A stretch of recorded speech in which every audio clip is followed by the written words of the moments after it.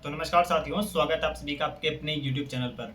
दोस्तों, SSC CGL 2024 का exam ख़त्म हो चुका है और आप सभी ने लगभग शुभम जैन सर के जो एक्सपेक्टेड कट ऑफ वाली वीडियो उसको देख ही लिया होगा। हार्डेस्ट शिफ्ट, ईजीएस्ट शिफ्ट, ये सारी चीज़ें आप लोगों ने देखा ही होगा। अगर नहीं देखा है तो आज की इस वीडियो में हम वही डिस्कस करने वाले हैं। दोस्तों, आप सभी जान रहे हैं कि Shubham Jain sir revolution bye education जिनका यूट्यूब चैनल है, उनका जो कट ऑफ रहता है लगभग एग्जैक्ट रहता है। लेकिन अभी उन्होंने बिना आंसर की के ही कट ऑफ बताने की कोशिश की है। जो बच्चे खुद से अपना एनालिसिस बताते हैं कि मैंने कितने क्वेश्चन अटेम्प्ट किए थे, मेरा कितना उसमें से सही हो सकता है, कितना गलत हो सकता है। हालांकि ये चीज़ें जो खुद से बताने वाली वो गलत भी होती हैं। ज़्यादातर स्टूडेंट इसको मजाक मजाक में इसमें भरते हैं, बिना एग्जाम दिए ही, बिना अटेम्प्ट किए ही पेपर को वो अपना रिव्यू देते हैं, जिससे ये डेटा गलत भी हो सकता है। फिलहाल ये लगभग 20-25 हज़ार लोगों का डेटा है, तो उसके बेसिस पे शुभम जैन सर ने डिस्कस करने का कोशिश किया है, एक एक्सपेक्टेशन अपनी लगाई क्या कट ऑफ रह सकती है, साथ में कौन सी हार्डेस्ट शिफ्ट हो सकती है, कौन सी ईजीएस्ट शिफ्ट हो सकती है। दोस्तों, सबसे पहले आज की इस वीडियो में ये सारी चीज़ें डिस्कस करेंगे। उससे पहले जितने भी मेरे भाई अगर चैनल पर नए हैं, आप लोग चैनल को जरूर सब्सक्राइब कर लीजिए, साथ ही वीडियो को लाइक भी किया करो दोस्तों। इसके बाद वीडियो को आप लोग शेयर भी किया करिए अभी अपने दोस्तों तक जिनको इसकी ज़रूरत है। वीडियो बनाने में बहुत ज़्यादा मेहनत लगती है, टाइम लगता है, तो आप लोग थोड़ा अप्रिशिएशन किया करो, कमेंट सेक्शन में अपनी राय जरूर लिखा करिए। दोस्तों, सबसे पहले अगर हम हार्डेस्ट शिफ्ट की बात करें, 5 मोस्ट हार्ड शिफ्ट की हम बात करेंगे सबसे पहले, जिसमें जो सबसे ज़्यादा हार्डेस्ट शिफ्ट आती है शुभम जैन सर के डेटा के अकॉर्डिंग, वो है 17 सितंबर की तीसरी शिफ्ट। और दूसरी जो सबसे हार्डेस्ट शिफ्ट है वो है 18 सितंबर की तीसरी शिफ्ट। उसके बाद 19 सितंबर की पहली शिफ्ट, उसके बाद 19 सितंबर की तीसरी शिफ्ट और फिर 10 सितंबर की पहली शिफ्ट।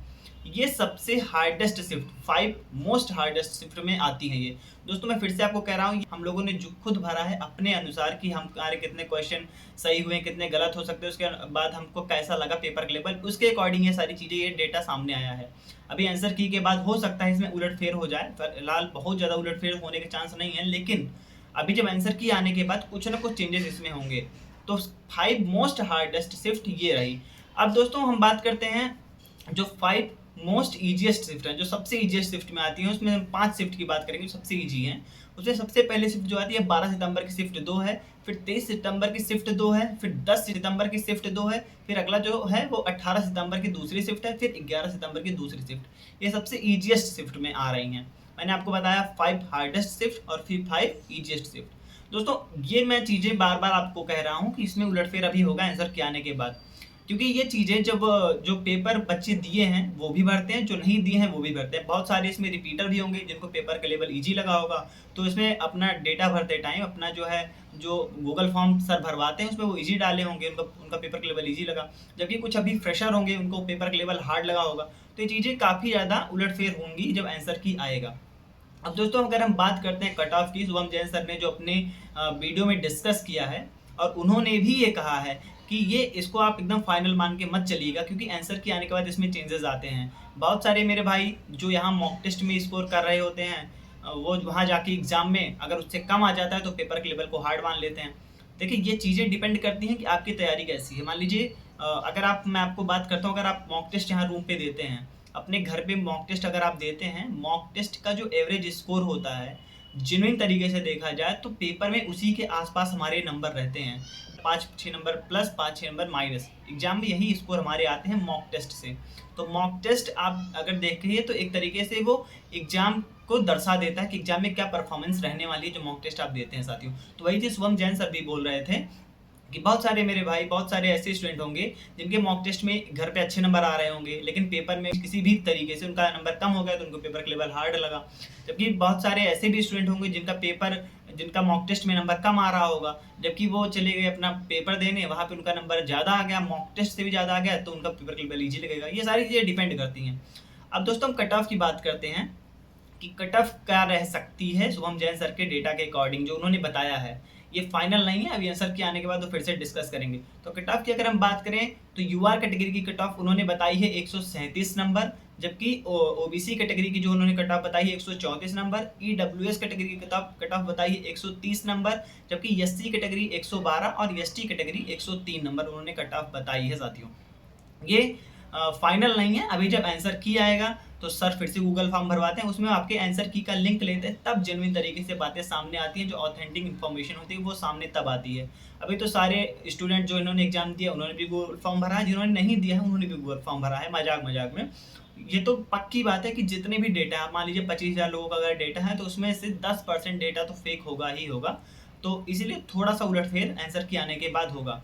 दोस्तों हम बात करते हैं नॉर्मलाइजेशन का। नॉर्मलाइजेशन बहुत बड़ा रोल प्ले करता है। किस तरीके से नॉर्मलाइजेशन 2023 में हुआ है, जो हम आपके हार्डेस्ट शिफ्ट है, हम आपको बताएंगे कि 2023 में उसमें किस तरीके से नॉर्मलाइजेशन हुआ है। आपको मेरे बगल में उसका फोटो भी दिखेगा। इसके अलावा जो ईजीएस्ट शिफ्ट थी उसमें कितना नॉर्मलाइजेशन हुआ है, उससे एक आइडिया लग जाएगा कि 2024 में जो अभी एग्जाम हुआ है सीजीएल का, उसमें किस तरीके से नॉर्मलाइजेशन होने वाला है। नॉर्मलाइजेशन बहुत बड़ा रोल प्ले करता है। बहुत सारे मेरे भाई जिनको ये उम्मीद भी नहीं होगी कि मेरा एग्जाम क्वालिफाई हो जाएगा, नॉर्मलाइजेशन के बाद उनका प्री क्वालिफाई हो जाएगा। और जो हार्डेस्ट शिफ्ट होती है उसमें आपका जो है नॉर्मलाइजेशन अच्छा खासा होता है। एक चीज़ और बहुत सारे स्टूडेंट के दिमाग में ये कन्फ्यूजन रहती है, क्या एक्यूरेसी का भी असर नॉर्मलाइजेशन पे पड़ता है। तो दोस्तों चाहे बहुत सारे टीचर्स हो गए, चाहे मैंने ये एक्सपीरियंस किया है कि एक्यूरेसी का बहुत ज़्यादा असर नहीं पड़ता है नॉर्मलाइजेशन पे। आप कितने भी क्वेश्चन अटेम्प्ट किए रहिए, आपके एक्यूरेसी कुछ भी रहे, लेकिन नॉर्मलाइजेशन जो होना है वो होगा आपके शिफ्ट में, आपके एग्जाम में। दोस्तों अगर हम 2023 की बात करें, जो हार्डेस्ट शिफ्ट थी, फर्स्ट हार्ड शिफ्ट थी, उसमें नॉर्मलाइजेशन जो हुआ था 23.9 नंबर का हुआ था, जबकि उसमें एवरेज स्कोर जो बन रहे थे वो 126.14 नंबर एवरेज स्कोर बन रहा था हार्डेस्ट शिफ्ट में 2023 के सीजीएल के एग्जाम में। और उसमें नॉर्मलाइजेशन 23.9 नंबर, लगभग 24 नंबर का नॉर्मलाइजेशन हुआ था, जो सबसे हार्डेस्ट शिफ्ट थी उसमें। और दूसरी जो हार्डेस्ट शिफ्ट थी 2023 में, उसमें जो आपका एवरेज स्कोर बन रहा था वो 136.44 नंबर का बन रहा था, जबकि नॉर्मलाइजेशन इसमें जो हुआ था वो 13.6 नंबर का हुआ था। यानी कि एवरेज स्कोर में 10 नंबर का इंप्रूवमेंट हुआ था सेकंड हार्डेस्ट में, तो उसमें नॉर्मलाइजेशन भी 10 नंबर कम हुआ। इस तरीके से होता है। जबकि अगर हम बात करें टॉप 10 जो हार्डेस्ट शिफ्ट थी, उन सभी में लगभग 10 नंबर का नॉर्मलाइजेशन हुआ था। यानी आप देखिए जो सबसे ज़्यादा हार्डेस्ट थी उसमें 23 लगभग 24 नंबर का नॉर्मलाइजेशन हुआ, लेकिन जो टॉप 10 हार्डेस्ट शिफ्ट थी, यानी 1 से लेकर 10 तक जो हार्ड शिफ्ट थी, उनमें लगभग 10 नंबर का नॉर्मलाइजेशन हर शिफ्ट में हुआ है। इस तरीके से अगर देखा जाए तो इस बार भी जो टॉप 10 हार्डेस्ट शिफ्ट या फिर आप टॉप 15 ले सकते हैं, उनमें लगभग 10 नंबर का नॉर्मलाइजेशन इस बार भी होने वाला है। इस तरीके से ट्रेंड पहले से ही चलता आ रहा है और यही इस बार भी होने वाला है साथियों, जो मतलब काफ़ी सारे टीचर्स भी बोलते हैं और मुझे भी ऐसा लग रहा है कि लगभग 10 नंबर का नॉर्मलाइजेशन, तो जितनी भी 1 से लेकर 10 तक के जो हार्डेस्ट शिफ्ट है उनमें 10 नंबर का नॉर्मलाइजेशन कम से कम तो होगा ही होगा। तो इस तरीके से आप नॉर्मलाइजेशन का एक आइडिया लगा सकते हैं। जबकि हम ईजीएस्ट शिफ्ट में बात करें, जो ईजीएस्ट शिफ्ट थी 2023 के, उसमें भी 2.5 नंबर का नॉर्मलाइजेशन हुआ था। यानी कि जो सबसे ईजी शिफ्ट थी 2023 के में, उसमें भी लगभग 2.5 नंबर का नॉर्मलाइजेशन हुआ था। तो आपकी ईजी शिफ्ट में अगर आपका एग्जाम पड़ा है तब भी आपके 2 से 3 नंबर आसानी से बढ़ जाने वाले हैं इस बार भी। और अगर हार्डेस्ट शिफ्ट है तब तो कुछ पूछना ही नहीं है, सबसे ज़्यादा नंबर उसी में बढ़ते हैं। तो इस तरीके से साथियों मेरी उम्मीद है कि आप लोगों को नॉर्मलाइजेशन का कुछ आइडिया लगा होगा, किस तरीके से इस बार नॉर्मलाइजेशन हो सकता है। शुभम जैन सर ने खुद भी कहा है कि ये जो कट ऑफ मैंने अभी बताई है, जो सेफ स्कोर का मैंने आइडिया आपको बताया है, उसको फाइनल मान के मत चलिएगा। अब बहुत सारे मेरे भाई ऐसे होंगे जो शुभम जैन सर की बातों पे इतना विश्वास करते हैं कि वो मेंस की उम्मीद ही छोड़ देंगे अगर उनका नंबर इससे कम आ रहा होगा। देखिए मैं आपको बताऊं, जो cut off Shubham Jain sir ने बताई है, उन्होंने खुद भी ये कहा है कि अगर इससे 5 से 10 नंबर आपके कम आ रहे हैं, जो मैंने कट ऑफ बताया, अगर इससे 5 से 10 नंबर भी आपके कम आ रहे हैं तब भी आपके चांसेस बन सकते हैं। क्योंकि मैं जैसा आपको बार बार बोल रहा हूँ कि इसमें जो है फेक डेटा होते हैं, लगभग 10% 15% तक फेक डेटा होते हैं जो ये लोग सर्वे कराते हैं। उसमें आपका जो रॉ स्कोर है या फिर जो नॉर्मलाइज स्कोर आपका होने वाला, अगर 5 से 10 नंबर कम भी आ रहा है तो आप तब भी आप लोग रेस में हैं, ऐसा मान के चलिए। और आपको मेंस की प्रिपरेशन करनी चाहिए साथियों, क्योंकि आप लोग जान रहे हैं कि जो हार्डेस्ट शिफ्ट है उसमें नॉर्मलाइजेशन अच्छा खासा मिलेगा। बहुत लोग ऐसे होंगे दोस्तों जिनका मॉक टेस्ट में स्कोर अच्छा खासा जा रहा होगा, लेकिन जब वो गए मेन एग्जाम में, जब वो मेन एग्जाम देने गए, वहाँ पर हार्डेस्ट शिफ्ट में उनका एग्जाम पड़ गया।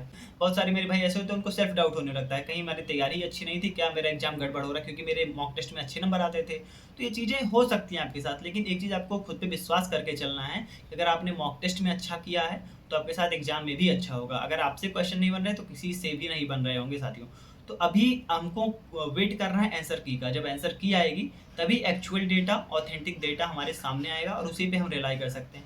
अभी ये सेल्फ गिवन एनालिसिस एक तरीके से आप बोल सकते हैं स्टूडेंट पे जिन्होंने एग्जाम दिया, तो इसमें बहुत ज़्यादा हमको डिपेंड नहीं रहना है, बहुत ज़्यादा विश्वास हम नहीं कर सकते। फिलहाल सोम जैन सर की जो प्रिडिक्शन होती है वो एक्यूरेट लगभग होती है, लेकिन उसके बाद भी अभी आप जो आंसर किया है उसमें आप देखिएगा बहुत ज़्यादा चेंजेस आएंगे।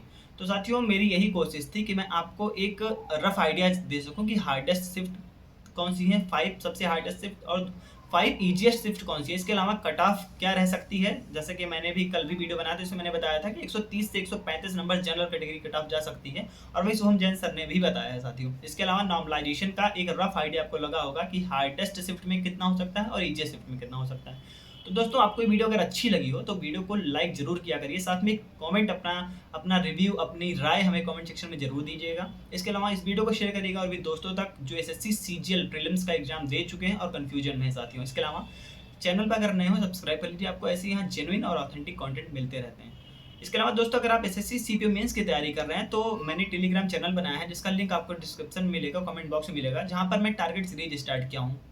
इसमें मैं खुद भी तैयारी कर रहा हूँ और आप लोग मेरे साथ साथ जो टारगेट में देता हूँ खुद भी मैं फॉलो करता हूँ, आप लोग भी फॉलो करेंगे तो एक हेल्दी कंपटीशन होगा, एक अच्छा स्कोर हम लोग का मेंस के एग्जाम में आएगा। आप लोग उसको टेलीग्राम को चैनल को ज्वाइन कर सकते हैं अगर आप इंटरेस्टेड हो तो।